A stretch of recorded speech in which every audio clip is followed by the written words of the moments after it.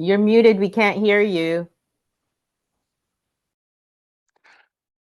I'm sorry, everyone. You would think after a whole series of sessions, I would know when not to unmute myself. Um, I was saying, welcome everyone to our proposal writing part 2 workshop, walking through IRCC's CFP application. My name is Adil Mirab, and please note this session is being recorded and will be available on our project's webpage early next week.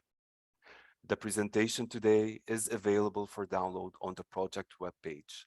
The link will be posted in the chat box in a moment. Next slide, please.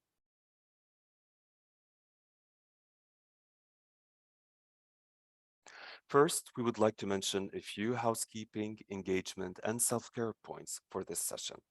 OCASI is committed to supporting full participation and engagement by all attendees at our events, including people with disabilities. This session is facilitated in English. French simultaneous interpretation, American Sign Language, and LSQ, Quebec Sign Language, and English captioning are available. If you wish to use the French simultaneous interpretation, you can click on the interpretation icon at the bottom of your Zoom screen and then click on French. If you wish to enable the ASL, American Sign Language, or LSQ, Quebec Sign Language, you can also click on the interpretation icon at the bottom of your Zoom screen and click on ASL or FSL under Watch. Next slide, please. If you wish to enable closed captioning, there's the icon CC, show caption, to click on it, and we have English caption available. In the meantime, while we are presenting today, we do encourage you to share your thoughts and questions on Slido. You can either go directly to the Slido website and enter the code presented here, or you can click on the link, which will also be shared at the chat box, or you can scan the QR code with your mobile. We're gonna give a few moment if anyone would like to scan the QR code. And in the meantime, if there anything regarding those features that you have any question, please feel free to let us know in the chat box and we will send those instructions also. Okay, second slide, please. Zoom fatigue is real. So do what you need to do to take care of you first. Stay present and be attentive to your body and your emotions. Please fill out the evaluation form that will be shared at the end of the session to help us improve our future workshops. The moment you leave this Zoom meeting, or when it ends, you will have the survey open automatically on your browser. So please to share with us your feedback. Second slide, please. I would like to begin by acknowledging the traditional territories of the peoples of Turtle Island.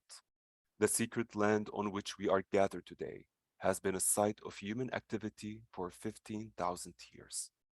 We acknowledge the land Okasi is situated on which is the traditional territory of many nations, including the Mississaugas of the Credit, the Anishinaabe, the Chippewa, the Haudenosaunee, and the Wendat peoples, and is now home to many diverse First Nations, Inuit and Mataz peoples. This territory was the subject of the Dish with One Spoon Wampum Belt Covenant, an agreement between the Haudenosaunee and the Ojibwe and Allied nations to peacefully share and care for the resources around the Great Lakes. We also acknowledge that Toronto is covered by Treaty 13 with the Mississaugas of the Credit. Next slide, please. Now I would like to briefly introduce our trainers for today's workshop. Game Consulting. Game Consulting is a leading business consulting firm known for its extensive experience in community development and business enhancement strategies. With a diverse team of experts, Game Consulting provides comprehensive solutions focusing on equity, diversity, and inclusion. to empower businesses, nonprofits, and professionals toward growth and excellence. Keisha, Lisa, whenever you'd like to start. All right. Okay, next slide. Okay, so good afternoon, everyone. We're thrilled to have the opportunity to be invited by OCASI Capacity Building and Training for Small Black-led and Racialized Leading Organizations Initiative. Today, we're going to walk you through IRCC's call for a proposal applications process. We're also delighted to share that the second part of this webinar series, which will be a Q&A session, is scheduled for January the 4th, 2024 from 12 to 1:30 p.m. Eastern Standard Time. This will be an excellent opportunity for you to ask any questions that you may have regarding today's session and questions pertaining to the IRCC's 2024 call for proposal. So my name is Keisha Evans. I am the principal consultant at CAMI Consulting, and joining me is Lisa Medhin, who is the lead grant writer for the CAMI Consulting team. We are dedicated to delivering exceptional consulting services and grant writing expertise. Next slide, please. So I'll share a brief overview. Adele has already given a brief about CAMI Consulting. So I'll just quickly say that we are a consulting firm that provides personalized support. We work with grassroots organizations, nonprofits, and community-based groups. Our focus is we do a lot of governance development and support, program development, strategic planning, grant and business plan writing, project management. We also do customized workshops, webinars, and social media support. Next slide, please. So at CAMI, as Adele said, we are committed to optimizing and delivering solutions to meet organizations. But if you have any questions, our contact information will be there at the end. Next slide, please. Okay. Thank you. Okay, so I want to provide you with some key dates and details regarding the funding application process. The funding application period is currently open, and it started on November the 14th. It's important to note that the deadline for submission is on January the 31st, 2024 at 5 p.m. Eastern Standard Time. So please ensure that you submit your applications before this deadline. For successful applications, funding will start on April 1st, 2025. And note that any approved projects that are eligible to receive funding for up to 5 years, that will conclude on March 31st, 2030.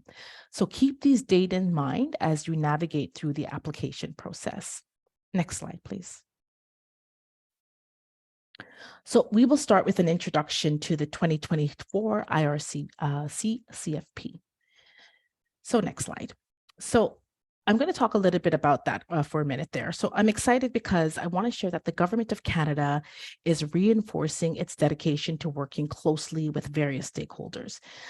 This includes provincial and territorial governments, local and regional partners, as well as service provider organizations and any other service delivery partners. So IRCC's overarching goal is to fulfill a mission where immigrants and migrants and refugees have diverse and accessible pathways to the right services at the right time, regardless of where they are or background or location within Canada. Next slide, please. Thank you. So this commitment really underscores the importance of inclusivity and equal service access to services. So we'll talk a little bit about the priorities outlined in the 2024 call for proposal. The focus is on supporting programs, activities, and services that are not only effective, but are also efficient and flexible. So the ultimate aim is to empower immigrants, migrants, and refugees, enabling them to fully integrate into Canadian society and contribute meaningfully both to the economy and their communities. As we move forward in discussing the details of the call for proposals, keep in mind those overarching goals. Okay, next slide. So at the heart of the IRCC's vision for the 2024 call for proposal is the commitment to fostering a program, as I mentioned before, that delivers the right service to the right time, right client at the right time. So what does the right service means? It means ensuring that services are closely aligned to the client's strengths and needs. The right clients means strengthening our commitment to ensuring that diverse populations can access and benefit from settlement services. And lastly, the right time. That means improving access to high quality and consistent services, regardless of where the client is in their immigration journey. Next slide, please. So in terms of execution of the vision and to realize the vision of the IRCC, they have organized its effort into 2 existing programs and introduced 3 new funding streams. These programs and funding streams must align seamlessly with applicants' program's proposal. I'll turn it over to Lisa to talk more about the IRCC's 2 programs. Next slide, please. Okay, thank you. So as Keisha mentioned, the IRCC has 2 funding programs. That is the settlement and resettlement programs. The intention of both is to ensure that immigrants, migrants, and refugees are well supported and can succeed in Canada. These programs are eligible to applicants provincially and nationally, and they are implemented through funding agreements with either a nonprofit organization, the province, a territory, or even the private sector. So as we go through this webinar, we'll be using various acronyms and terms. A glossary is actually provided on the IRC's website for your reference. Next slide, please. Okay, so specifically, the purpose of the funding settlement program is to assist immigrants and refugees in overcoming barriers specific to the newcomer experience. For example, addressing a lack of official language skills, such as English and French, and improving on limited knowledge of Canada so that they can participate in social, cultural, civic, and economic life. This particular program will offer funding to applicants whose projects focus on creating a needs assessment and providing referrals, providing information and orientation, providing opportunities for language training and skills development, offering employment-related services, and creating opportunities for community connections. Next slide. So the settlement program also provides funding to programming that is accessible, such as offering transportation support, childcare, and translation services. And in this category, all services can be designed and delivered by service provider organizations within Canada and overseas. Next slide. So the Resettlement Assistance Program, or RAP, will fund programs that provide immediate and essential support services, including income support to assist in meeting refugee settlement needs. And these type of essential services are also supported through funding contributions to service provider organizations. Next slide.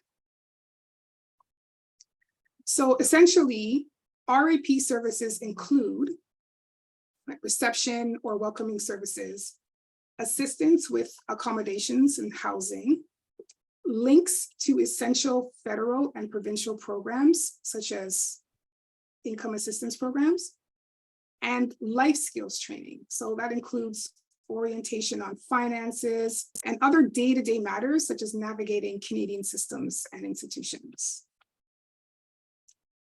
Next slide. Okay, so before we get started, we'd like to hear from you. So we're going to begin with a very quick poll.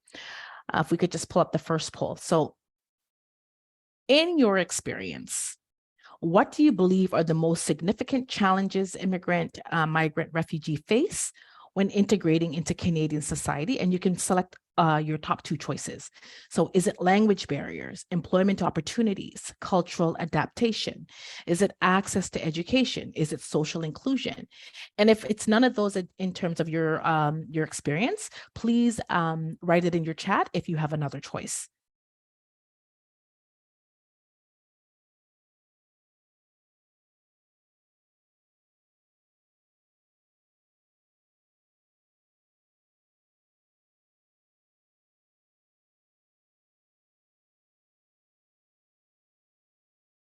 Okay.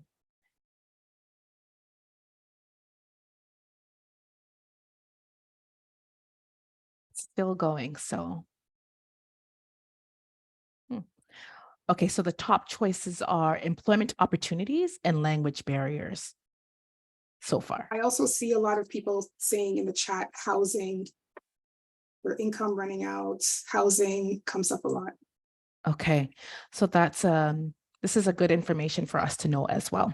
Okay. Thank you. Next slide. We're going to do another quick poll. Let's see if that one's done. Okay. Next slide. So we're going to go do another quick poll, which is, in your experience, which specific aspects of the settlement and resettlement assistance programs do you find most critical for successful immigrant, migrant, refugee integration? And again, you can select up to two choices. Is it language training? Is it employment support, housing assistance, cultural orientation, social integration initiatives?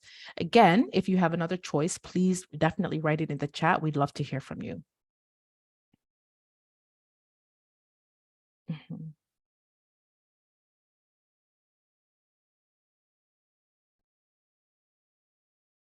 Access to family doctors, Okay. mental health support. Okay. And these are also good for our information as well, too. And then we can see where the gaps are and where programs are needed. So this is great. Thank you so much for your participation.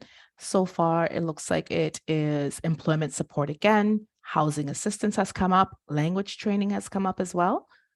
So thank you so much for your engagement. I'm going to throw it over to Lisa to discuss the settlements and resettlement programs. Next slide, please. Okay. Oops. So within the settlement and resettlement program, there are two core services. The first one is direct, the second one is indirect.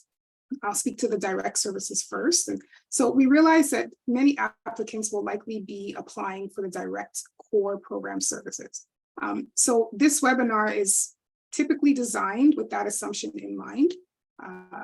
And with that in mind, proposals for direct services should be applying to provide at least one of or a combination of the following direct services that we previously mentioned: support services, information and orientation, employment-related services, language training, and community connections. Next slide.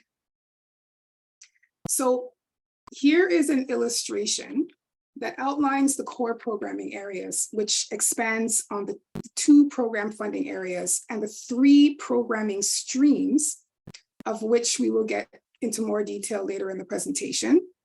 So as you can see, funding is available for a range of services, from pre-arrival support to making connections within the community. The call for proposal also encourages two new areas of support, which are case management and settlement workers in the schools. Next slide. Okay, so the indirect services are also intended to optimize client outcomes locally within a community focus or with a national or sector focus.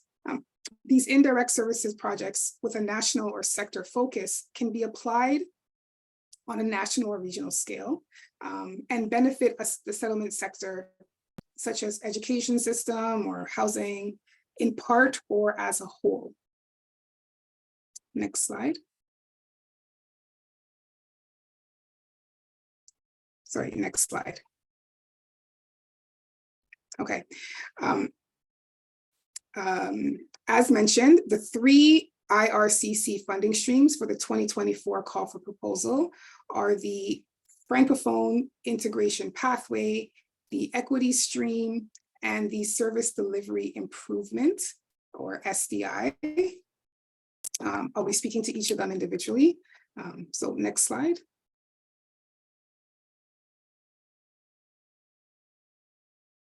Okay, so basically, to reach its vision, after lengthy consultation with nationwide stakeholders, the IRCC has introduced 3 new funding streams, which will address certain priorities and needs for diverse clients.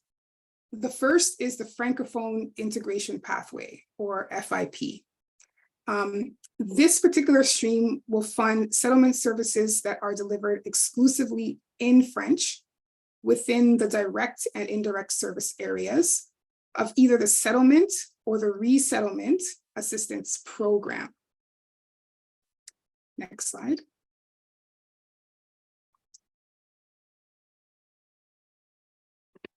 Okay, so the equity stream, this seeks to fund intermediary organizations who will then redistribute funds and support not currently funded grassroots organizations that serve and are also representative of equity deserving groups. The purpose is to build organizational capacity to effectively deliver settlement services.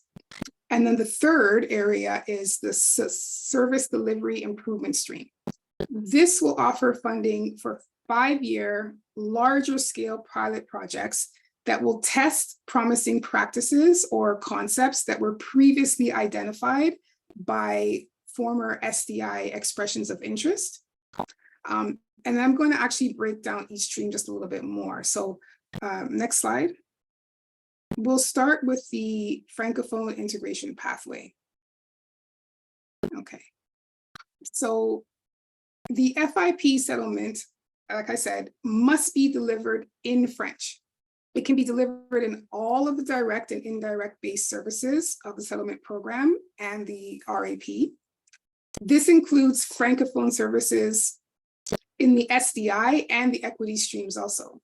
So FIP stream basically is focused on funding settlement service primarily for underserved rural and small centers, with a priority on itinerant or traveling and hybrid services. This also targets French-speaking clients who identify as racialized women, youth, seniors, and members of the 2S LGBTQI+ communities and refugees.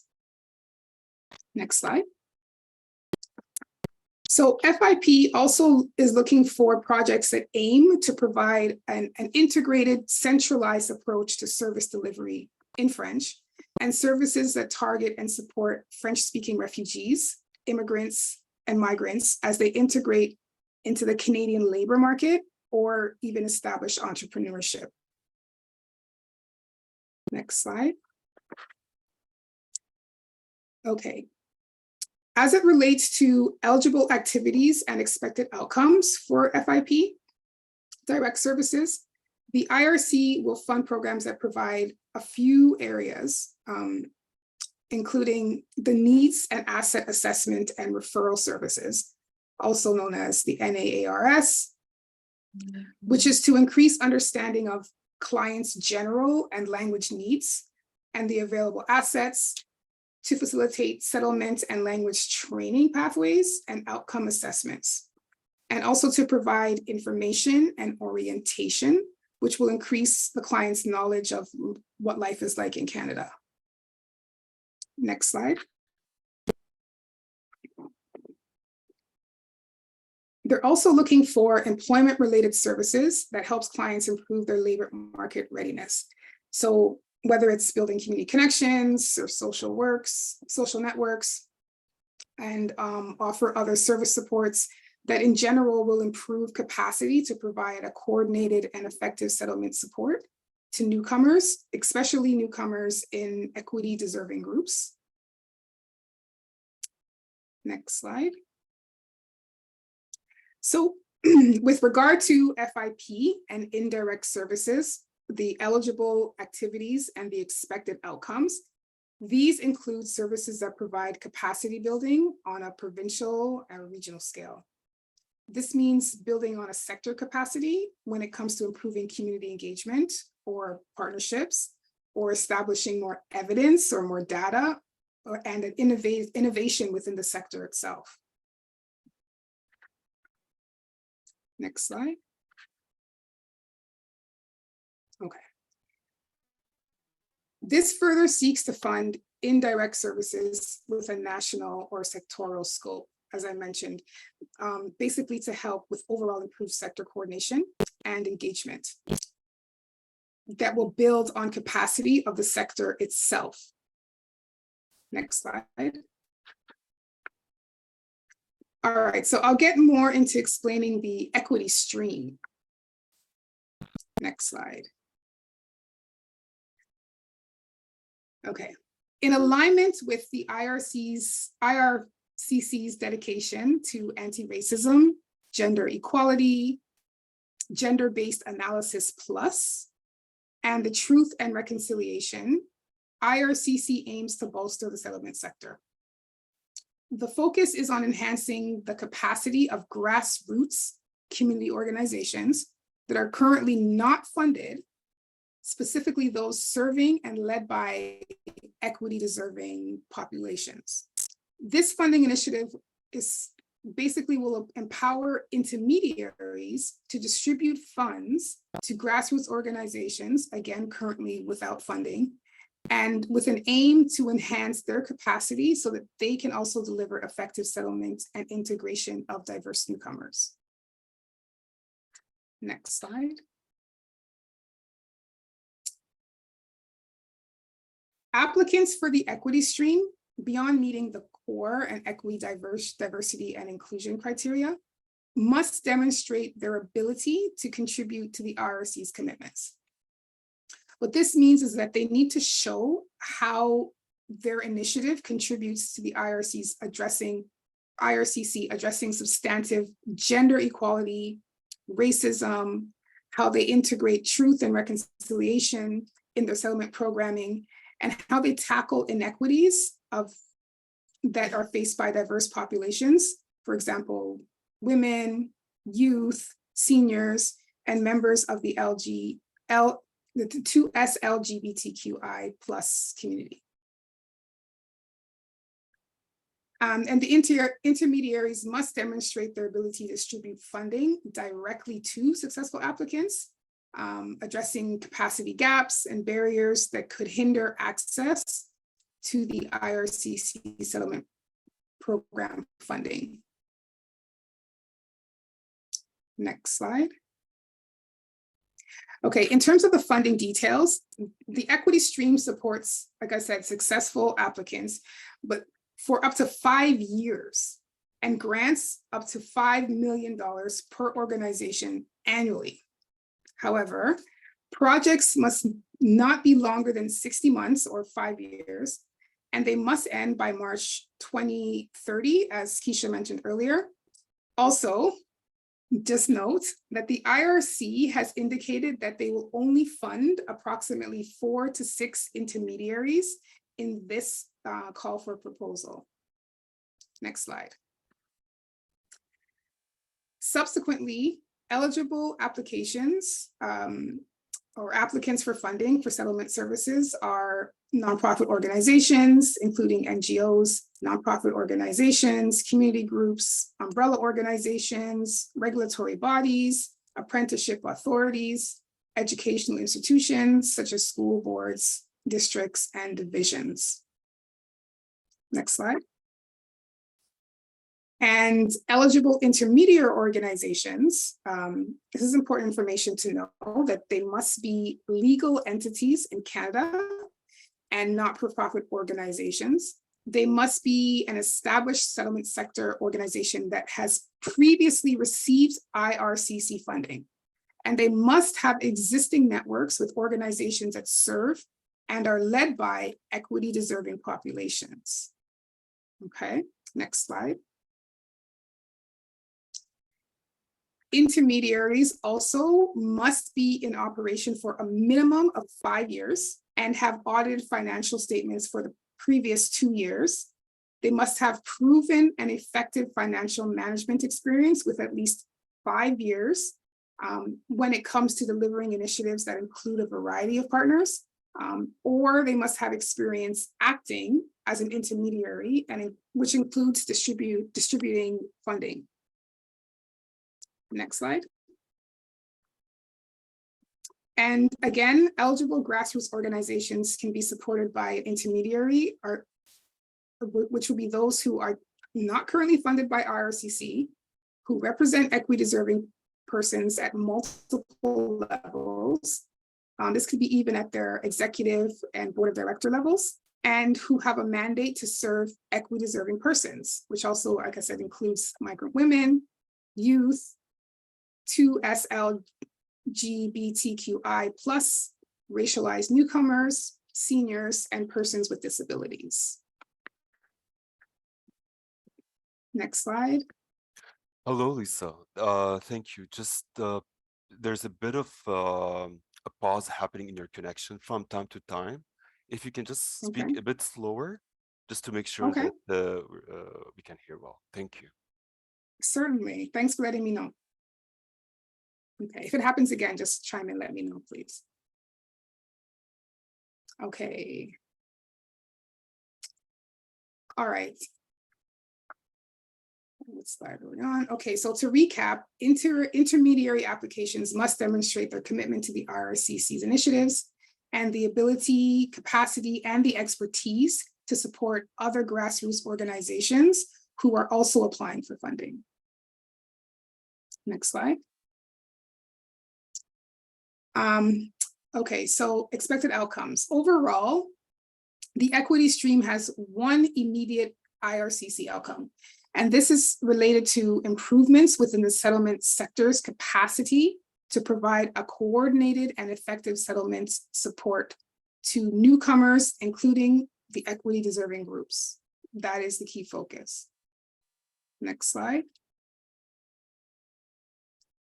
And again, the equity stream is interested in building organizational capacity, aligning to the outcomes that specify how the project will support the professionalization and improve management of the grassroots organizations that provide settlement services and whose outcomes align. These should specify how the project will address any challenges and build on the expertise of the grassroots organizations. Next slide. Okay, and I'm going to get into just a brief overview of the SDI stream. Next slide. The SDI, they invest in projects. This is an investment in projects that are aimed at enhancing program design and advancing the overall sector. And the primary objective here is to gather evidence, research, and data that can later inform future settlement programming. This stream is for applications from all eligible candidates, and it has a focus, again, to build on insights gained from past SDI projects. Next slide. I'll speak briefly to the 4 themes that are related to the SDI pilot projects. The first is intended to improve digital messaging in the settlement sector. The second is support newcomer attraction and retention settlement in small and medium population centers. And the third is connecting privately sponsored refugees to settlement services. And finally, to define the role and value of community brokers as a neighborhood liaison. For the purposes of this walkthrough, we will not be spending a lot of time on the area of SDI and the 4 themes, but we did want to mention it because it is a funding area in the 2024 call for proposal. But if there are any questions, perhaps we can respond to them at the end. But we also felt it was important to provide an overview of all 3 funding streams. I'm going to now turn it over to Keisha as we delve a little bit more into the actual application process. So you can go to the next slide, please. Okay, thanks, Lisa. Yeah, it was super important to go through that. So now that you have an overall understanding of the different streams and the programs, before we get into the individual sections of the proposal, the first thing you'll need to do is to register to be able to open up the online application portal. So we did show this process at our previous webinar on proposal writing, but for those who were not in attendance at that one, or for those who may need a reminder, who have never done it before, here is a very brief video explaining how to register. Please play the video. Thank you, Keisha. Thank you. Shapri, can you please stop sharing so I can share the video? Perfect. Keisha, I'm gonna play just a few seconds first. Just want to confirm that the audio is well. Yep. So please let me know, and then I can return it again. Yes, please. To start your application, you must first. Perfect. I could hear it, but it's a little low, but go ahead. Oh, let me see. Okay. It could just be me. That's fine. To start your application, you must first log into GCS Partner Portal. Once you have successfully logged in, you will be brought to the home page. Note, if you are stagnant for 60 minutes on this partner site, you will be logged out, so remember to save your work to avoid loss. The home page has a list of hyperlinks that will help you navigate to different parts of the system. You can click on the hyperlink to open up the part of the system that is displayed. Click on View or Submit Applications hyperlink to open the application section. This page displays a list of applications you have started or submitted. You can start a new application by clicking the New button. Once you select New, you will be brought to the funding page. Every application in the GCS Partner Portal is submitted under a particular funding process. Your proposal should correspond with the interest of your funding process you select. Use the Select Funding Process drop-down to indicate once you've filled out the necessary information.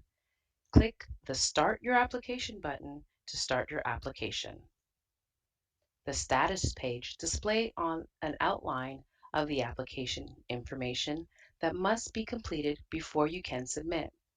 The status page allows you to add an individual from your organization.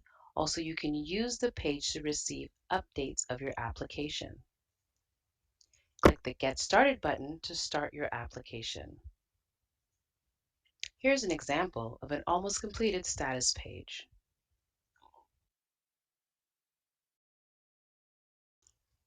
The Executive Director or appointed delegated administrator is responsible for completing the executive declaration and submitting the application to the department.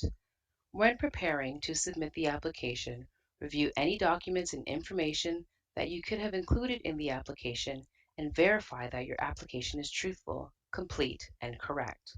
Make any necessary adjustments to the application before you submit it, as you will not be able to edit it after you submit. Ensure that you understand the notice regarding personal information and read each certification carefully. If you are not the executive director and do not have permission to submit, click the Submit declaration and an executive director will be prompted to log into GCS. After you have successfully submitted your application, you will receive an acknowledgement of the submission. If you would like to download a copy of your application, navigate back to the status page of your application. Okay, thank you so much for that. We'll just go to the next slide. And we'll start present. Thank you again. And just to mention for our participants, we do have this tutorial and the presentation on the project site. We will post the link right now in the chat. Thank you. Thank you. Okay, so before we get started on going through the different sections, we're going to ask another poll question just to get some feedback in terms of before we begin. So what areas of the proposal writing process are you looking forward to learning more about in this webinar? You can select up to 2 choices from the following options, which is articulating measurable outcomes and impact. Do you want to learn more about the equity, diversity, and inclusion in the program design? How about developing realistic budgets for program implementation, which is usually a tricky one? Highlighting the role of partnerships and collaboration. And if there's something that's not on there, we would love to hear from you. Please put it in the chat.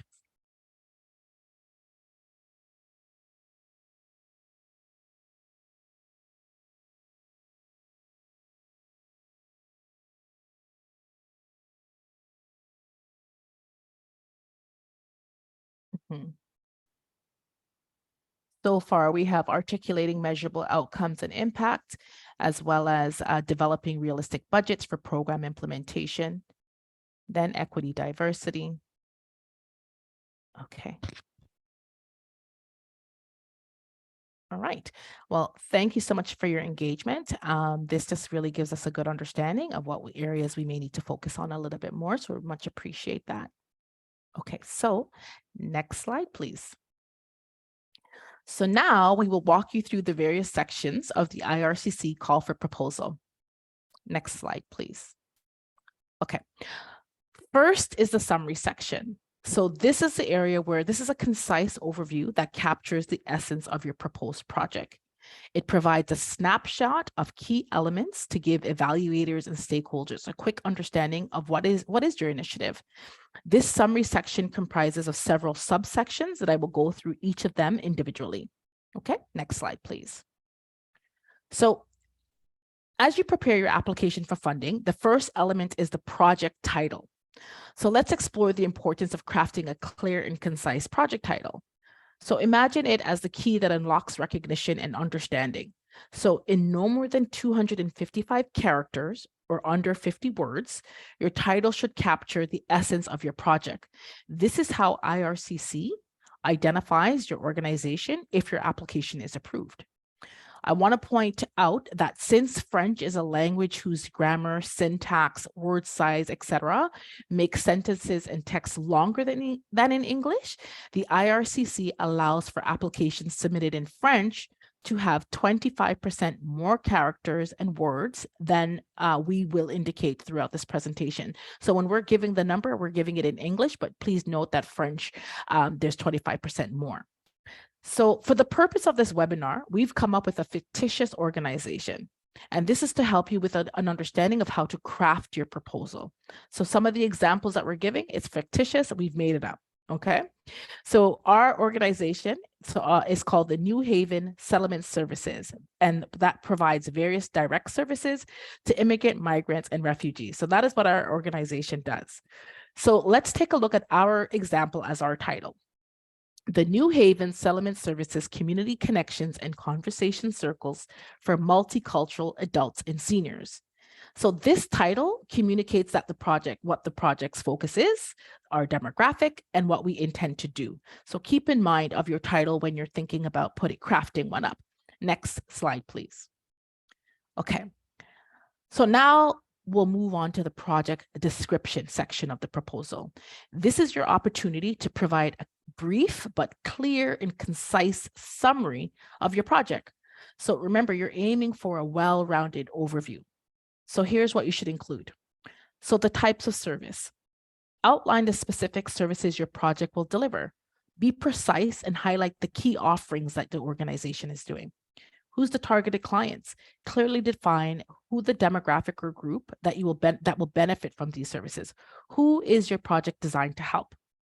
Your project partners. Identify if there's any key partners directly involved in the project delivery. This could be collaborators, organizations, or other stakeholders who are crucial to your initiative. Focus on the essentials. Keep in mind, we're focusing on the essentials here. So you don't need to include your organization's mission or any mission statement or the historical background in this particular section. However, you do need to be able to craft a compelling snapshot of your project that showcases its core components. Okay, next slide, please. Again, we're going to give you a sample of our project description. So the New Haven Settlement Services Community Connections and Conversation Circles for multicultural adults and seniors provides a welcoming space for adult and senior newcomers from all around the world to practice speaking English through engaging dialogue while learning about Canadian culture and current events. Okay, next slide, please. Continuing with our example, participants will engage in various weekly activities and attend a variety of social events where they will gain a sense of belonging from interacting with other newcomers who experience official language barriers. They will be supported by English as a second language, so ESL instructors who will guide conversation topics that will help participants learn more about Canadian traditions and customs. Participants will also practice speaking English using digital tools and visit local attractions in Ontario that promote culture and heritage. And that's how you would sort of put your description together. Next slide, please.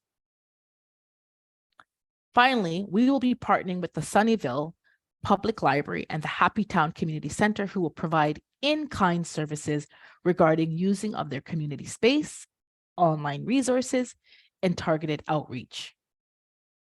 Okay, next slide, please. So next section is to explain the need for your project. This is where you will outline the gap your project intends to fill. Understand the demands to be addressed that are either locally, nationally, or internationally. Identify the beneficiaries and explore how your project will stand out. So in terms of explaining the project's need, it's important to be able to identify, why does your project exist? What gap does it intend to fill?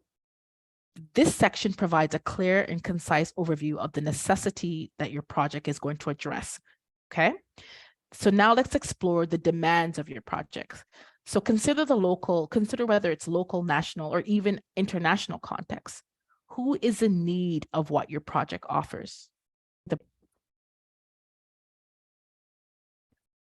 Understanding the broader demand is key to contextualizing its significance.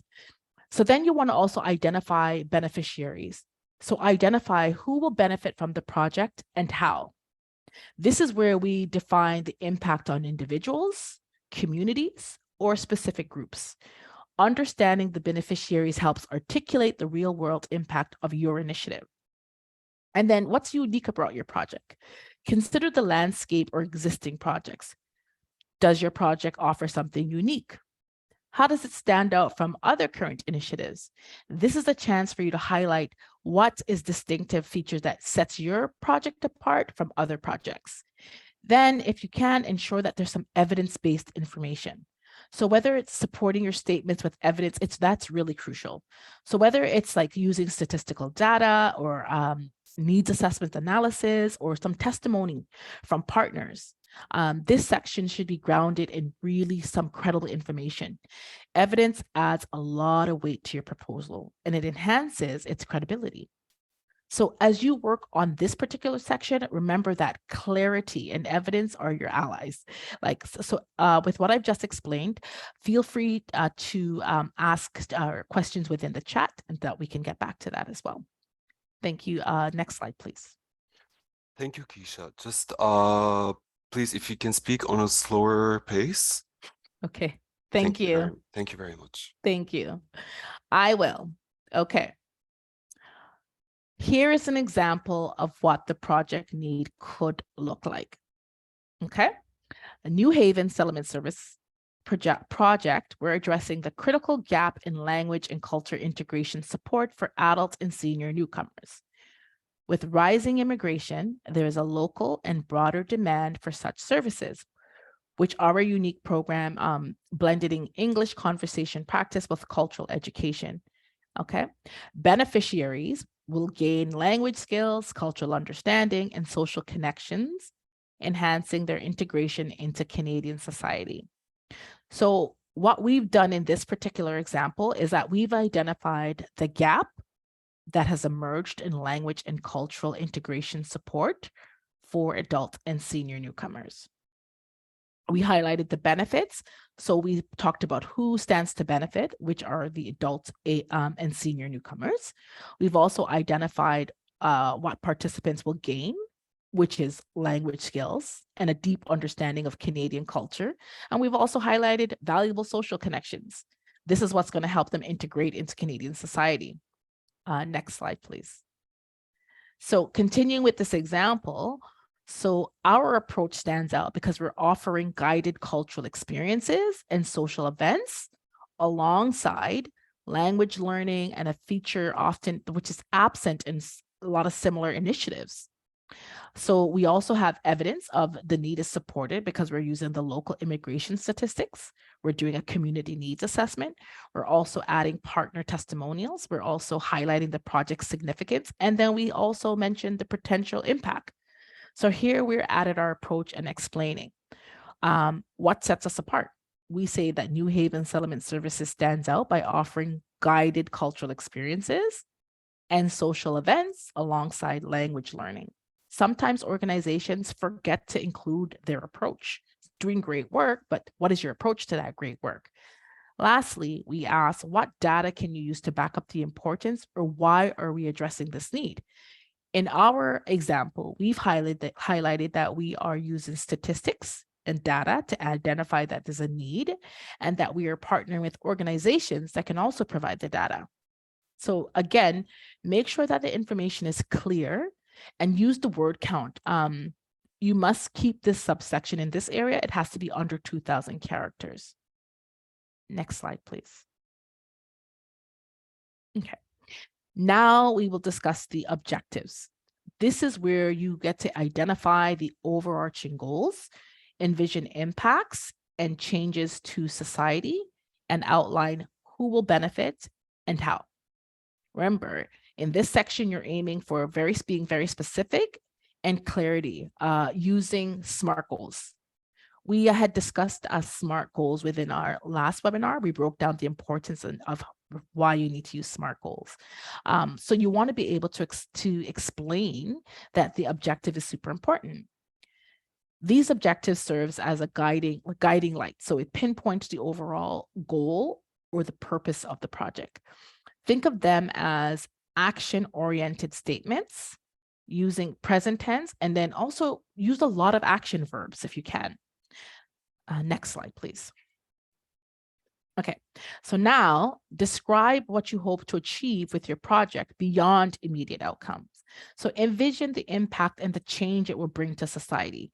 This is where you're going to highlight the transformative power of your initiative. Also consider who will benefit and how. Are there specific subpopulations or areas of focus? This could include seniors, youth, women. You could be addressing issues like mental health, family violence. Clarify how your project tailors its impact to these specific groups or focus areas. If your project combines distinctive services, such as employment-related services and language training, you may have multiple objectives. But what you want to do is you want to ensure that each objective is crafted as a SMART goal. You want to make sure that they're very specific. Make sure it's measurable. Is it attainable? Is it relevant? And make sure you add time bound. This will definitely enhance the clarity and speaks to the achievability of those objectives.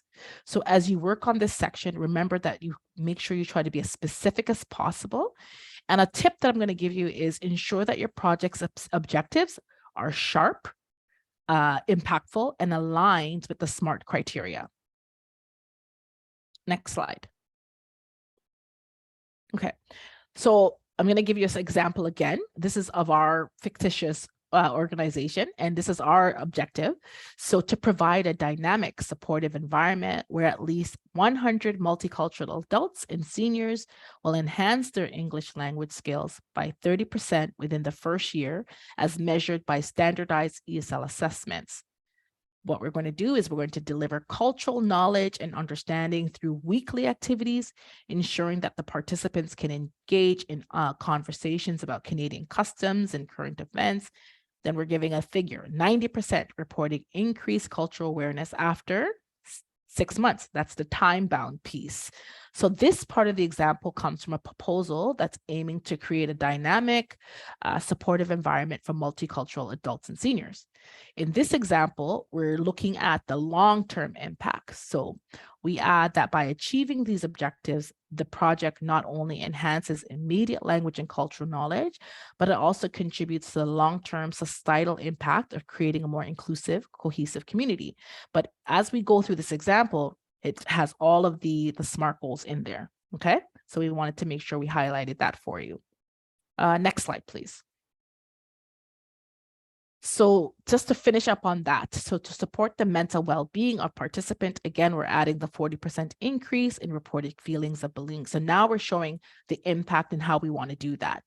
We want to engage participants in at least 2 cultural excursions per month, 2 local Ontario attractions, thereby enriching their appreciation of Canadian heritage and contributing to 50% increase in cultural participation rates among the participants within the first year. So we're showing how we're going to go do that. So what we've done is included additional objectives, one addressing mental health and well-being, and the other objective encourages appreciation of Canadian heritage. Okay, next slide, please. So by achieving these objectives, the project will not only enhance immediate language and cultural knowledge, but it will also contribute to the long-term societal impact, creating a more inclusive, cohesive community. The project will particularly benefit subpopulations such as seniors who often face greater isolation. By addressing specific areas of focus such as mental health through the provision of supportive social network. So I just want to point out again that each objective is SMART, which is, again, we want to make sure it's specific, measurable, attainable, relevant, and time-bound. So what we've done in this section is that we've broken it down. So we provided you with a well-rounded example so you can get a grasp of how detailed you need to be in your approach, but also making sure that you're doing it within the allotted word count. So pay attention to the word count and being able to use important, relevant information, and that you can grasp everything in a very specific way. Okay, next slide. I think that goes over to you, Lisa. Yes, Lisa. Okay, thank you, Keisha. I want to just highlight something too about the word count, if we didn't mention it already, that the word count that's specified in the application, it actually includes spaces. So it's letters, dashes, spaces, everything is included, okay? And so if it's 2,000, 1,000, 1,500 word count, you have to keep in mind that that count includes all your punctuation and spaces as well, okay? All right, so here is a screen capture of what the priorities list in the application looks like. In order to navigate the dropdown, there will be 5 key priorities. You can click on the icon in the right of the text box that we have circled there in red. This is the visual of what, if you haven't been in the application yet, this is what you would see. Next slide, please. Okay, as I mentioned, you'd be able to pick from one of these priorities.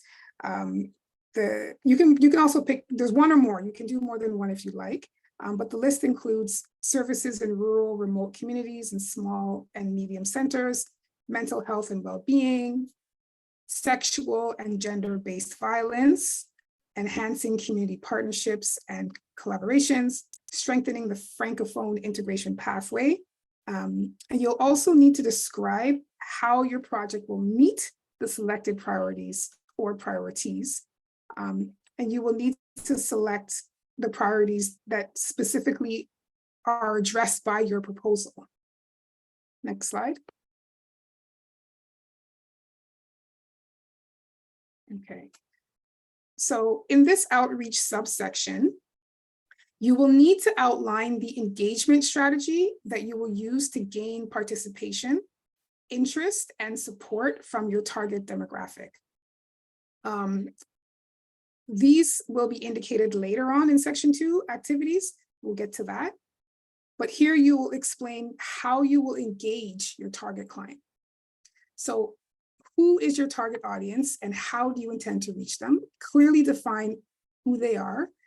This could be a specific demographic, such as an age group, like we have an age group of seniors. It could be a gender, it could be for women, it could be a location, maybe a small rural town. Or are there any other relevant characteristics about your demographic that you could mention? Understanding your audience is important for you to tailor your approach to effectively communicate with them. So why is it important for this? Why is this piece important for your project? Well, you'll need to explain how you plan to reach them. So this could involve like a detailed marketing strategy, specific communication channels, various outreach programs, or any other methods that will connect you to your identified demographic. Next slide. Okay, you'll need to include how you communicate and share information about your project. So describe the message that you will use to reach your audience. You can create an effective message that involves considering several key elements that will resonate with them. This could involve understanding your audience's preferences, maybe tailoring your language or your tone to their particular characteristics, and could also address a specific need or concern within your messaging. How does your message resonate with the audience and convey the project's goals and benefits? Well, you'll have to take a look at how your message connects and how effectively you can communicate the goals of your project. And also to think about what method of communication you will use. For example, are you using social media? Or will you be sharing your information at community events? Maybe there's an email campaign. Is it in-person outreach? These are some considerations that you'll think about in your outreach strategy plan. Next slide. Okay, don't forget also that you need to provide a timeline that outlines when and how you'll conduct your outreach activities. You also need to include a budget. For example, you can calculate the estimated or even the exact, if you have them, the exact cost related to your marketing materials or your advertising. I find that this is an area that people tend to be very vague with. So try your best to be detailed, even if it means doing some research into getting exact cost on your marketing strategy, maybe what it would look like to hire a marketing coordinator. Try to be as specific as possible in this area. Next slide. Okay, so this is a screen capture of the last part of the summary section. So it's just basically to select the country, the region, and the province or territories that where your activities will take place. You can use the add button that we've pointed to in red and the drop-down arrows also pointed to in red. You can use that to make your selections. Next slide. Okay, section 2, activities. We can go to the next slide, please. Okay. So, You can look in your photos. Or so- here is better. If you look here is better. Okay.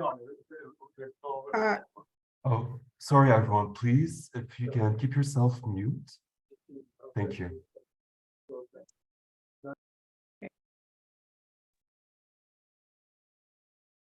excuse me. Okay, so here you must be entering your activities from the selection list by clicking on the new button that we're pointing to in red here, the red arrow. Whatever you select will populate into your activities list. The status of each activity will say in progress. You'll see their status in progress. And this will stay in progress until you've completed the fields, and all mandatory fields must be completed. Once you do that, it'll switch to completed.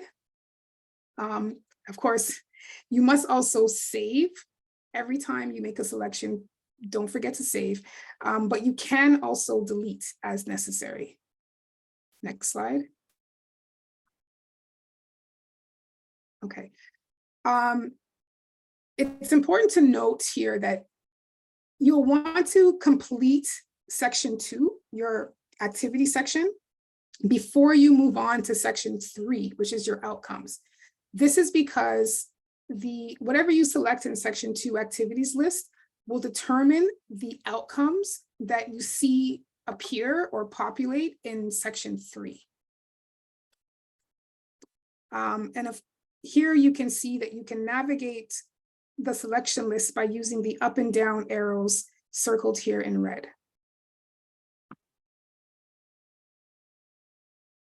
Next slide. And there's a variety of different selections you can choose here, and you can choose more than one. Okay. All right, description of activity. In this description section, you will be able to respond to a couple of questions. You're welcome. I see a note here about the screen captures. You're welcome.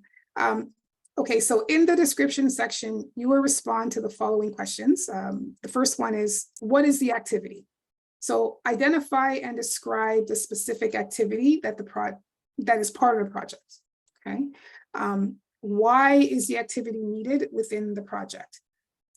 Explain the activity, why it's important, and within context of the overall project. So what purpose does it serve, and how does it contribute to your project goals?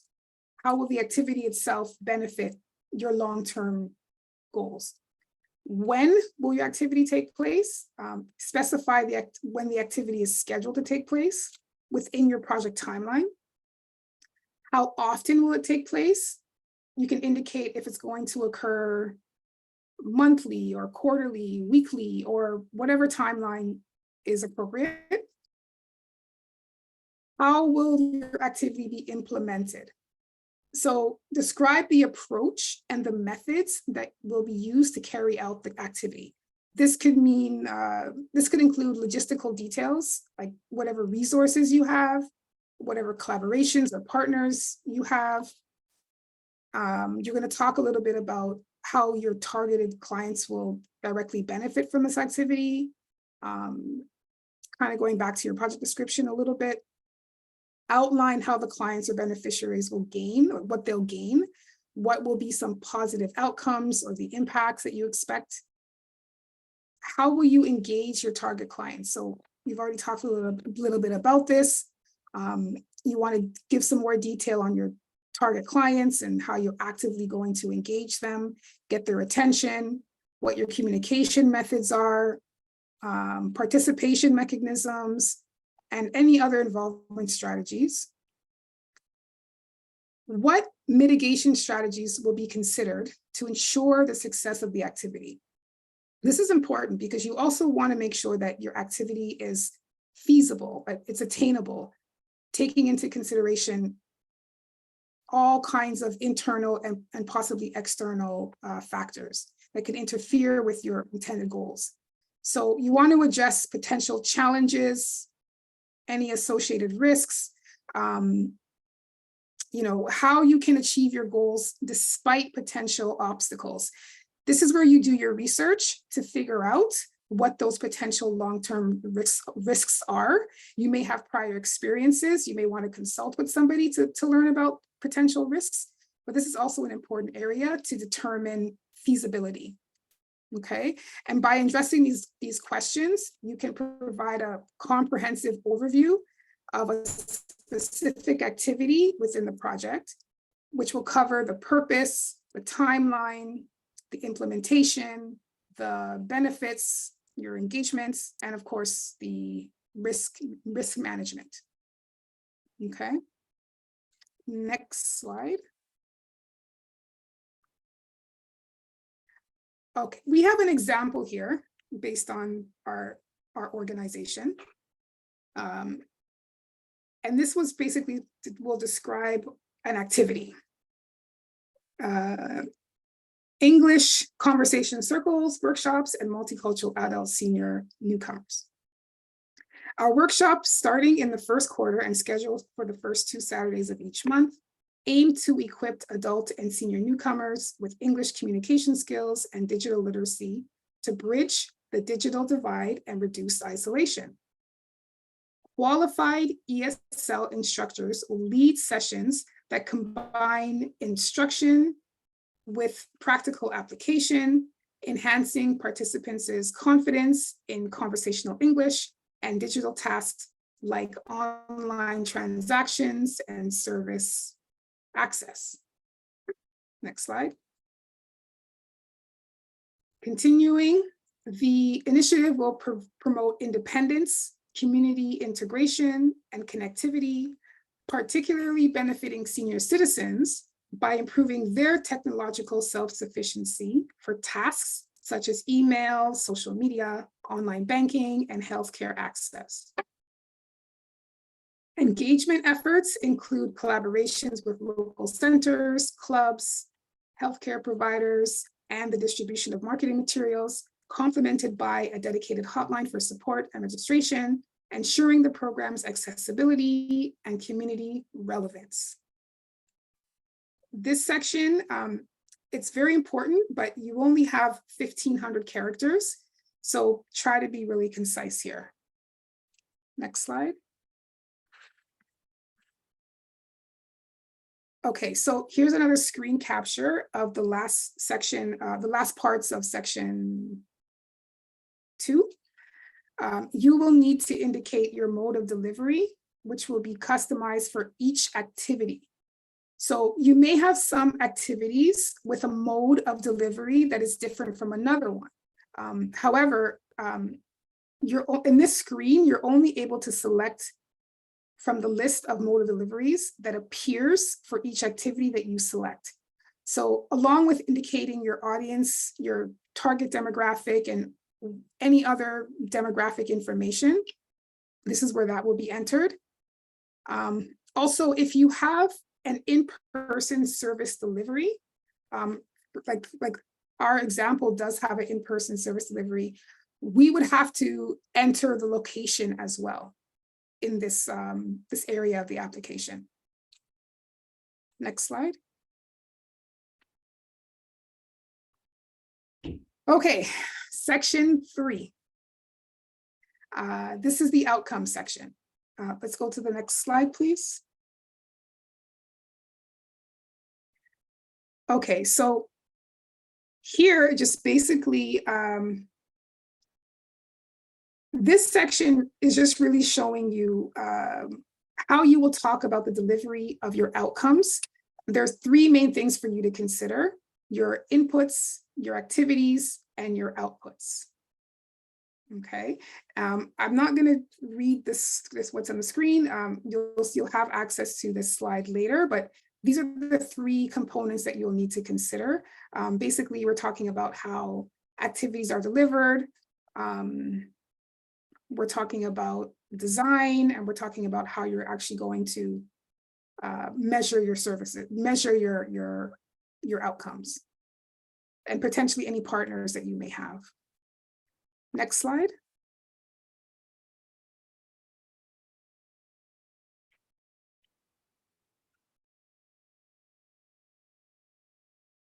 Okay, is this the next slide? Sorry, I think the next slide was the one before that. Pardon me.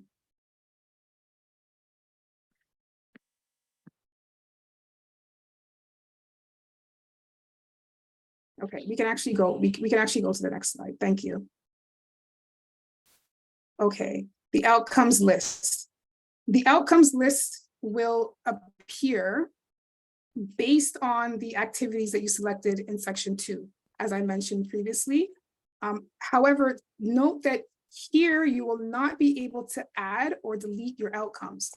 If you need to make any additions or deletions in your outcomes list, you'll need to navigate back to your activities list in section 2 to do so. Okay, and if you have multiple activities that are linked to the same outcome, each outcome will appear only once in your outcome list. So you don't need to complete an individual outcome description and performance assessment for each associated activity. But be aware that you can only view one outcome at a time on the screen, the one that is highlighted in the outcome list. When you want to view another outcome, you must first highlight that outcome. Next slide.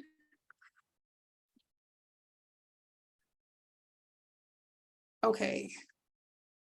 This section is basically describing your outcome. So we're looking here at a summary of how the activities outlined in section 2 of your plan will contribute to accomplishing your specific outcome. Okay? In other words, it seeks to understand the connections between the proposed activities and your desired result. The description should highlight the ways in which the planned activities will directly support and lead the achievement of your stated outcome. And we have provided a sample outcome here. Please take a moment to review the example. I need to take a pause. I'm not going to read that. But again, please note the character limitations. If there's any questions regarding the sample or the outcomes, please put it in the Slido or the chat, and we can address it perhaps at the end of the presentation or in our Q&A session. Okay, so if folks have had a chance to read that, we will move on to the next slide, because this is just giving an example of what it could be, keeping in mind the characters. I know a lot of folks are saying 1,500, that's a lot. It is, and that's why it's you have to be crafty, you have to be precise, you have to play with it in order to get it within those characters, because most applications have a limitation. Okay. All right, so we're going to move to the next slide, which is the next section, which is the performance assessment section. Next slide. There we go. Thank you so much. So now in the performance assessment section, you'll need to explain how you will track and check on a specific result. So you will specify the signs you will use to measure progress toward that result. So these signs are things that you can measure, that you can show how well the project is working. So make sure that you outline the methods and the tools that you're going to use to measure those identified indicators. So you can use surveys, you can do data collection system, you can use any sort of measurement tools. Define when and how often that the measurements will be recorded. And this includes the timing of the data collection and the frequency with which progress updates will be documented. Next slide, please. In our performance assessment example, we indicated that we will use tests to measure language skills and digital literacy. We'll track attendance through a software to understand participant engagement. We're also going to use surveys and interviews, which will gather feedback on confidence and digital usage. And we're also going to use social media data. That's going to be used for those that have agreed. Okay, next slide. So we'll measure these indicators before and after each workshop. So we can do a pre and post with a follow-up at 6 months. So using this data analysis software will continuously improve our program to meet the needs of adult and senior newcomers, helping them integrate successfully into the community. So when you are explaining the performance assessment, please ensure to add as much detail to that so that it's clear and there leaves no room for ambiguity. Okay, next slide. So now we've moved on to the section, which is the equity, diversity, and inclusion section. So integrating EDI principles into your project design and delivery is essential for creating projects that are truly responsive, equitable, and beneficial for all members of the community. This approach not only aligns with ethical standard, but also enhances the overall effectiveness and sustainability of projects. So you want to explain how an analysis of these indicators will contribute to the improvement of your project. So this again involves data collected, looking at trends or areas of enhancement or implementing change or adjusting to optimize your project outcomes. So section 4 is all about equity, diversity, inclusion.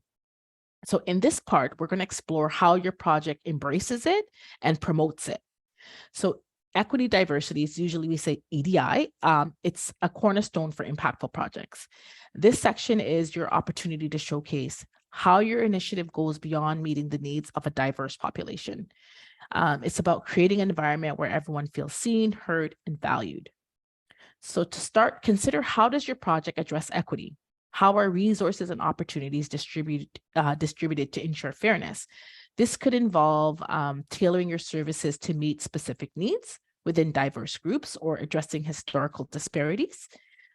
When it comes to diversity, think about how does your project celebrate and embrace diverse perspectives, backgrounds, and experiences. Highlight any intentional efforts to make your project inclusive or in various cultures and languages and identities. Moving on to inclusion. How does your project actively involve individuals from different backgrounds?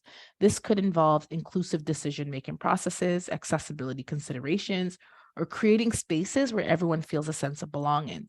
So as you go through section 4, keep in mind it's the significance of EDI, making sure that you're creating these meaningful projects. Okay, next slide. So EDI principles prioritizes inclusivity, ensuring that the voices and diverse voices and perspectives are considered. It fosters a rich, more comprehensive understanding of the community's needs. When you think about your project design, think about the impact on it. How is the commitment to inclusivity influence your project?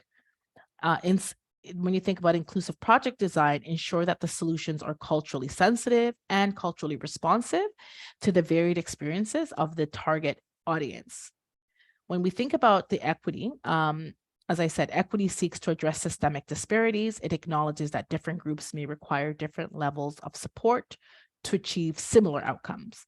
Again, reflect on how equity shapes your project. And also keeping in mind how you want to reduce existing disparities, like some folks says housing or mental health or things like that. So as you work on this particular section, remember that that EDI is they're not just principles, they're really integral to creating the projects that really benefit diverse communities. Okay, next slide, please. Equity seeks to address systemic disparities. Sorry, Keisha, please, if you can speak a bit slower for the interpreters and the Okay. participants. Please let me know, because I have a tendency to, especially in particular areas, so let me know when I'm speaking. So thanks for that, Adele. Absolutely, I do the same all the time. Thank you. You actually scared me. Thank you. So it acknowledges that different groups may require different levels of support to achieve similar outcomes. Okay. Gender-based analysis. We're going to move on to that section. So the next slide, please. Thank you. I'm going to go slower. Okay. So in this section, gender-based analysis plus, it is an advanced approach that builds upon traditional gender-based analysis. So GBA plus also incorporates an intersectional lens. It considers factors that go beyond gender. It includes race, ethnicity, age, disability, and many more, okay? It assesses how policies and programs impact diverse groups, recognizing the intersecting forms of discrimination and privilege that individuals may experience. So GBA plus promotes equity, inclusivity, and social justice, guiding the development of policies that address a broader range of disparities, and it does contribute to the ongoing improvement, right? So it's widely used to create more of a response, and it's an effective framework in many sectors. So within this section, you want to discuss how your project provides an intersectional approach, and you want to make sure that it's informed by data and just use evidence, right? So something evidence-based. You want to also describe how diverse people may experience policy and maybe some programming initiatives. You want to assess how well your project design will advance department priorities such as gender equality and anti-racism. Next slide. Okay, so in your application, you will need to indicate whether or not your organization will provide a GBA approach to the proposal. If yes, you will also have to select one or more of the various ways that you will monitor and assess your approaches. Next slide. There's also another subsection that this is your targeted programming section. These are activities that address barriers to integration for a specific population group. So for example, programming that it's exclusively intended for women, seniors, youth. It could be from the 2S LGBTQ plus communities or persons with a disability. You can select all that apply and add any additional targeted measures that you will use for your targeted demographic. Okay, next slide. Okay, so another area that is key component is the incorporation of truth and reconciliation of Indigenous related content, perspectives, consultations, and partnerships. Again, it's a fundamental, this section here is not just checking off a box, it's more ensuring that there's a fundamental commitment to the truth and reconciliation. You want to describe if and how Indigenous related content, perspectives, and consultations, maybe and or partnerships are reflected in the project design, as well as in the project delivery. So in this section, it's an opportunity to showcase the depth of your engagement with Indigenous knowledge and communities. Next slide, please. So consider whether your project incorporates prominent Indigenous components to advance truth and reconciliation. This involves assessing if your programming design takes into consideration substantial Indigenous related content or perspectives. Think about how your programming design contributes to increasing awareness of Indigenous history, culture, rights, or perspectives among newcomers. This is a chance to highlight the educational aspects of the project. It's an opportunity to promote cross-cultural dialogue. So ask yourself, does your project promote cross-cultural dialogue and connection between Indigenous and newcomer populations?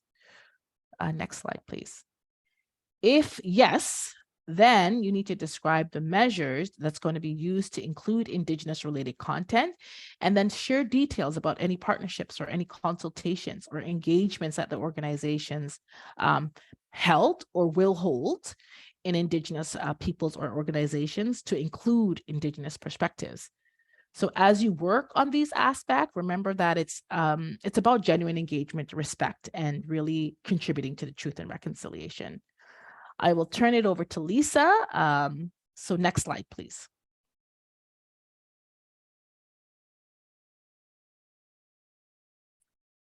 Hey, thank you, Keisha, for that. That was really important information. Okay, this is section 5, additional questions. We'll discuss that a little bit more, please. There we go. Okay, so this section basically indicates there are some specific questions included in the funding process and your documentation, but you're only required to respond to these if it actually applies to your proposal. If it's not relevant to what you're doing, then you can actually omit this section. Again, only provide responses if it directly pertains to what you're doing. If not, you can move on to the next section, which is section 6. But, you know, this has been a lot of information to absorb so far. I hope people are taking notes. It's a lot of talking, a lot of information to absorb. Thank you very much to our presenters and also to our translators and all the support tech. But here, I think we should take a pause and maybe break for 5 minutes. Perhaps, I don't know if that's too much, but we'll break at least and then come back and continue. So it's 1:31. Can we say 1:35, because we only are going till 2 o'clock. So we have about 25 more minutes, and then we'll try to get it through as much as we can. So 4-minute break, if that's okay. Sure. Thank good. you. Thank you, Keisha. Thank you, Lisa. We'll see everyone back at 1:35 then. Shapri, can you just go to the next slide, please? Thank you. And just a reminder for our participants today, thank you for sharing all the questions on Slido. We will be addressing those questions in the follow-up session on January 4th. Thank you.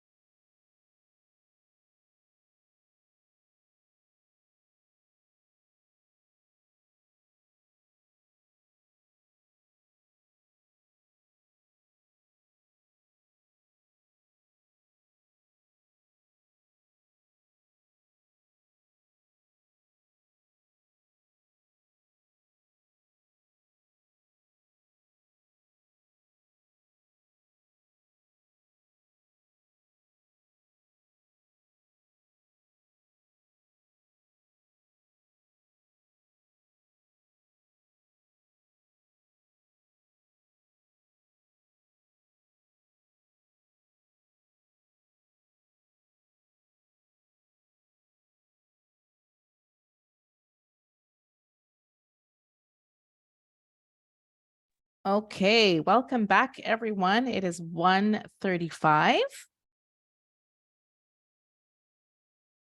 I will just wait for my co-host to jump on. Thank you. Okay, so we will jump in for the sake of time. We'll just move to the next slide, please. Thank you so much. Okay, so we're going to now move into the capacity section of the application. Next slide, please. So when it comes to the project capacity, it is important to ensure that you're capturing the following: the past experience. So this is where you're going to discuss your organization's past experience with similar projects or events. This is an opportunity to showcase your foundation and track record. So let the reviewers know about successful initiatives that closely align with the proposed workshops. You're going to also look at the outcomes and the lessons learned. So share outcomes that met and any valuable lessons learned from past projects. How have these experiences refined your methodologies?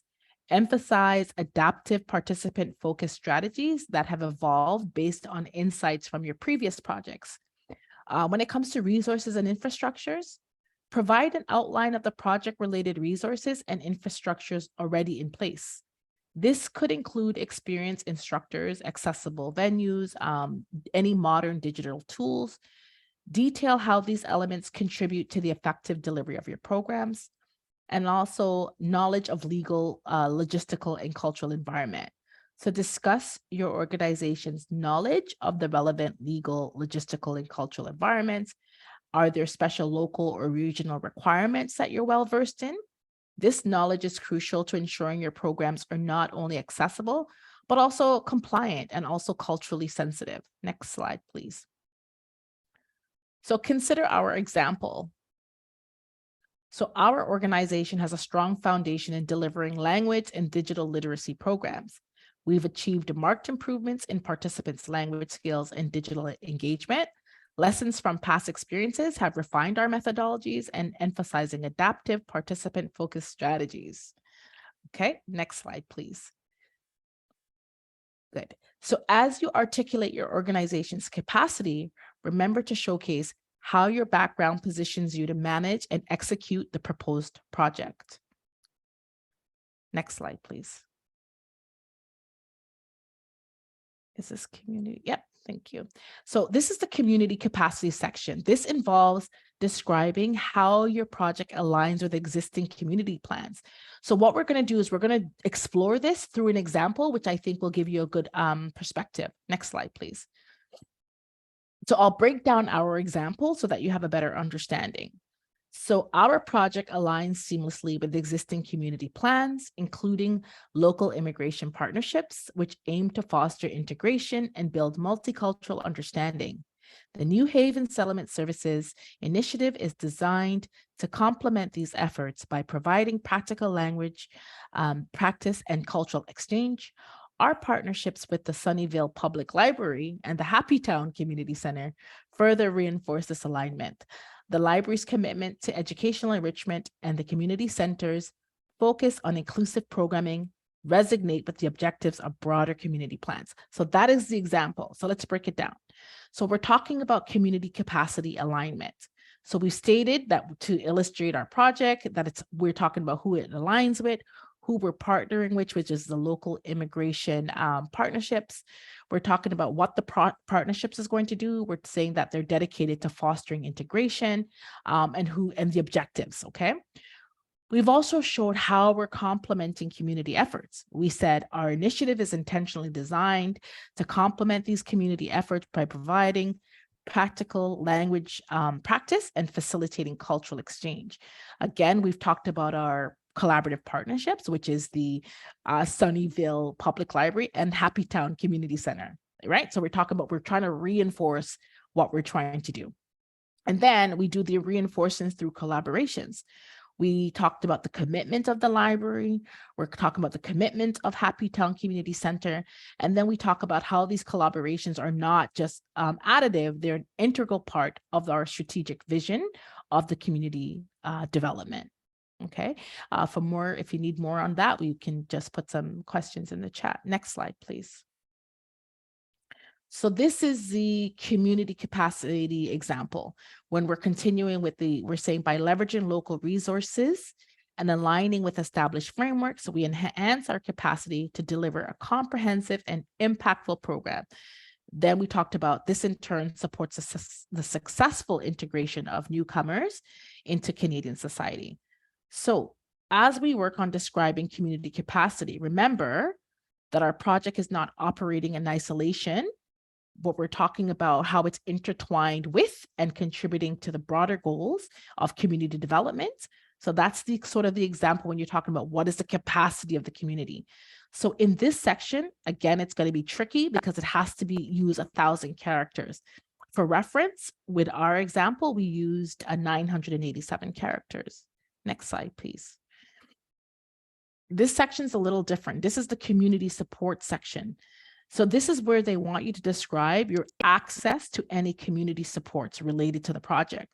So what that means is that they want to understand how well is your initiative integrated into community and whether or not you've established any partnerships and collaborations or any form of support from local organizations or institutions or any individuals that is line with or contribute to the success of the project. This could include access to existing community programs or support from local business, partnerships with community centers, any sort of collaboration that's going to enhance the impact and the overall sustainability of the project. So we provided a bit of an example on the screen. Okay, next slide. So with our community support, we said the community center aids in targeted outreach, utilizing its extensive network for program awareness and participation. We talked about the collaboration that's coupled with local services, including cultural associations and educational and social services. So this network ensures our program's accessibility and enrichment. Again, we're talking about the integration into Canadian society. Again, you must describe this in under 1,000 characters. In this particular example, just for context, it's 922 characters. Next slide, please. In the digital capacity section, they're asking for you to explain your organization's ability or capacity to provide digital activities, especially those related to high tech or any online or digital services. If your project involves activities that utilize technologies or any sort of online platform or digital services, the question is prompting you to detail how well equipped and capable your organization is in delivering these types of activities.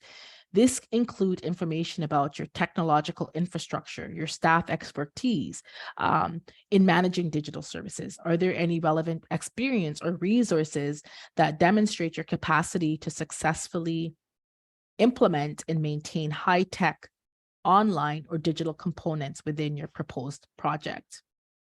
Next slide, please. Okay, so the digital capacity, this section emphasizes the proposer's digital competence, right? So understanding the digital environment and the ability to meet participants' digital needs and their unique digital needs. It assesses the capacity to provide digital support, including resources and tools. It also explores any planned digital processes and experiences. So what does the showcasing proficiency look like? What is your social media and data management? Overall, the focus is on digital competency, okay? I'm going to turn it back over to Lisa. Next slide, please. Okay, I just want to go back a little bit.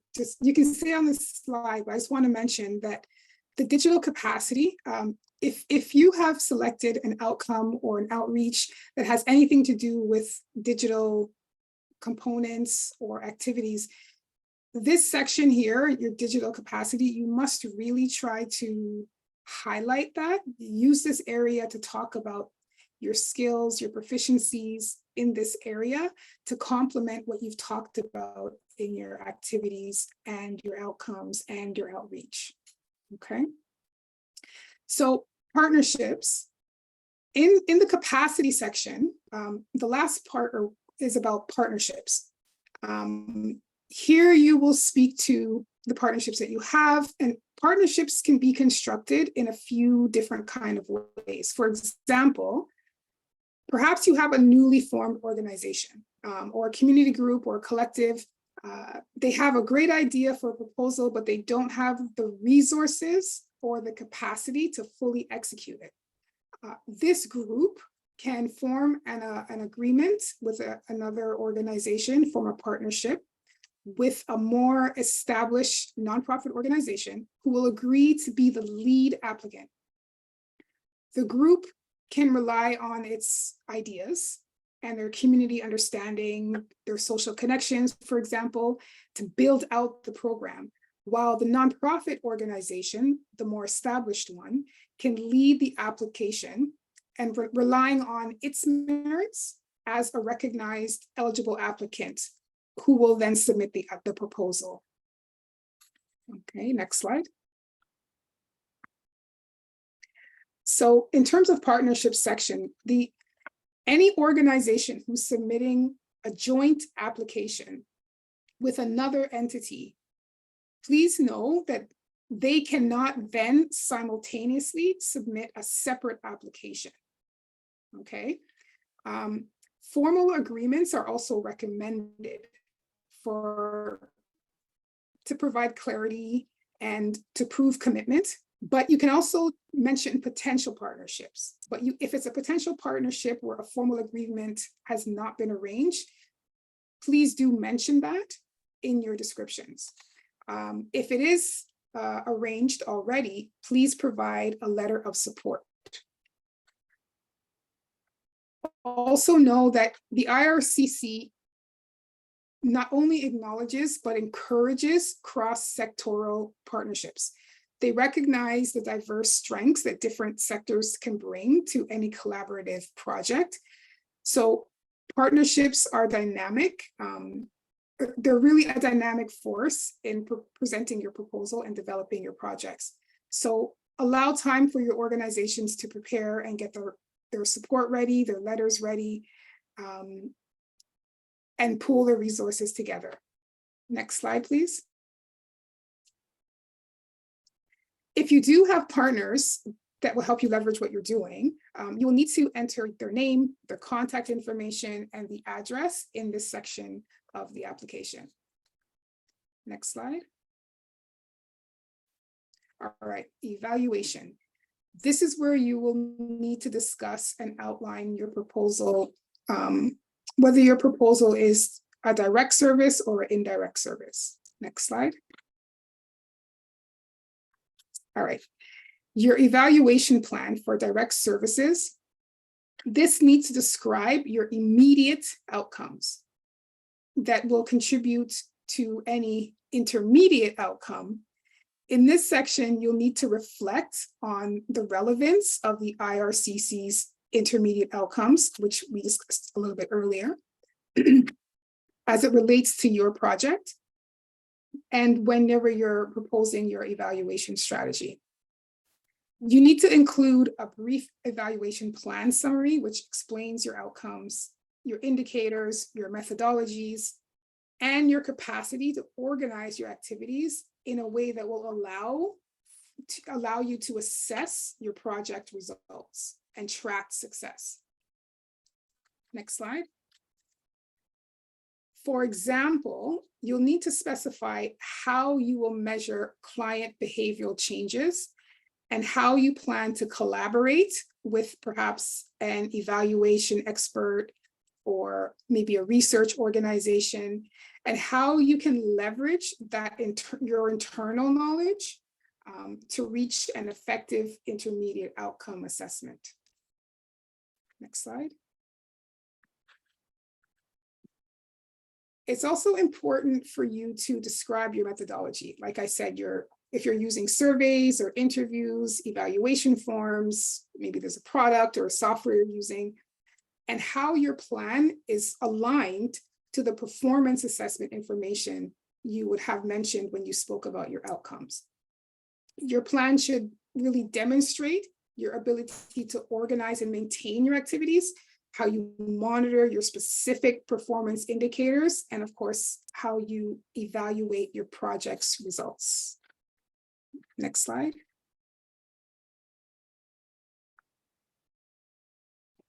Okay.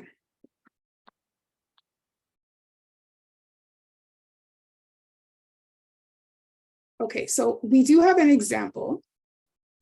Our evaluation plan for the community connections and conversation circles will employ a mixed method approach, ensuring alignment with our performance assessment framework. We will utilize surveys and evaluation forms to gather quantitative data and participant language proficiency and digital literacy improvements. Qualitative data will be collected through interviews to understand participant experiences and the program's impact on their cultural integration.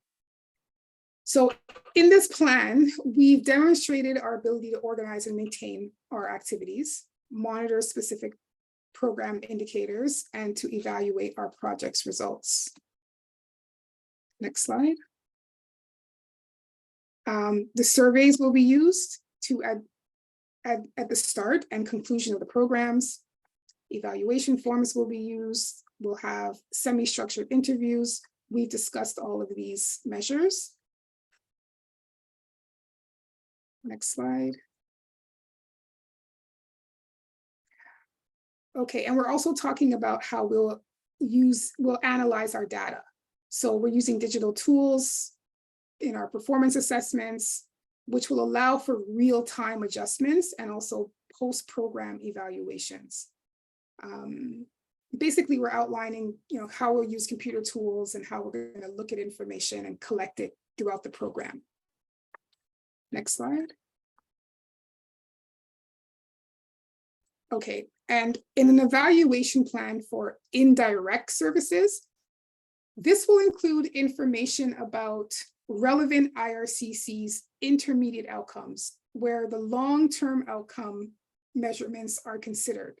For example, how populations or community members, employers are trained, maybe how they're supported or how they access and how they access information and how that is measured. Your approach here will also need to involve evaluators or researchers, perhaps to facilitate the assessments. Perhaps you can consider how your findings will help with the reporting to maybe your board of directors, your funders, or other stakeholders, and to inform maybe high-level decision-making. Next slide. Thank you, Lisa, and thank you, Keisha, for today. We do have a follow-up question and answer session that will take place on January 4. We will be continuing this section and the rest on that day. Jeffrey, can you please go to slide 150, please?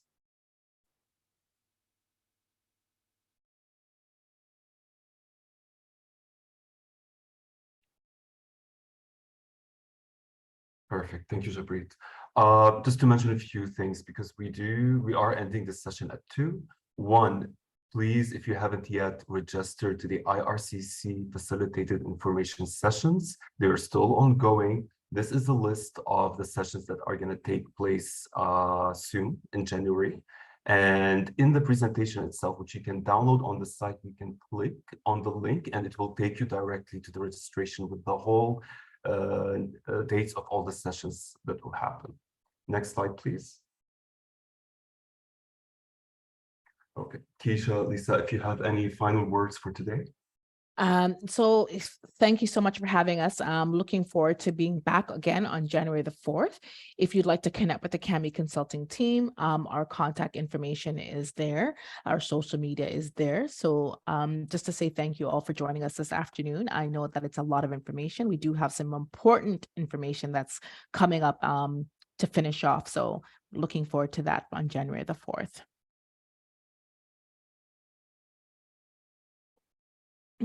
Thank you, Keisha. Lisa, any words you'd like to say? I just want to say that I hope everybody got value from this webinar. We know it was a lot of information to absorb.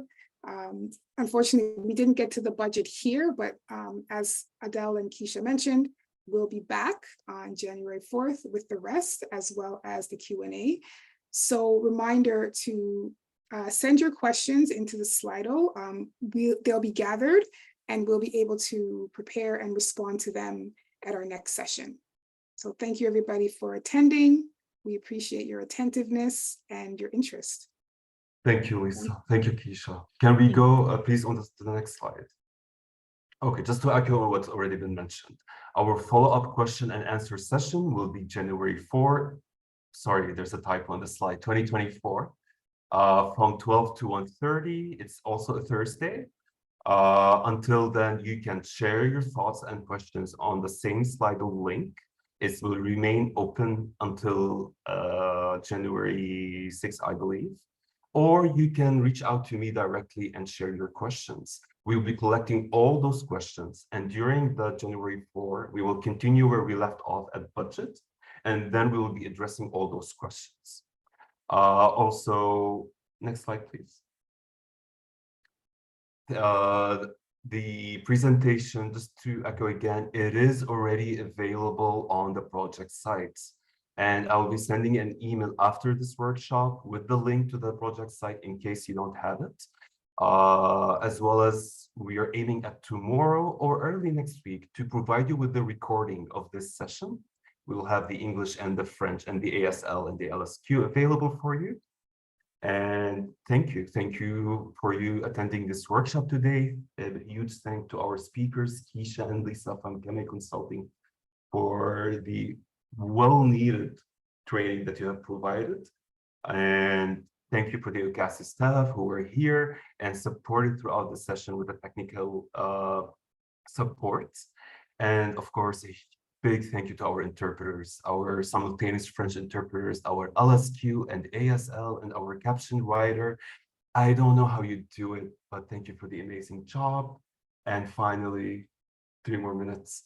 We'll see you all on January 4th. Happy holidays to you, to your colleagues and your loved ones, and see you on January 4, 2024.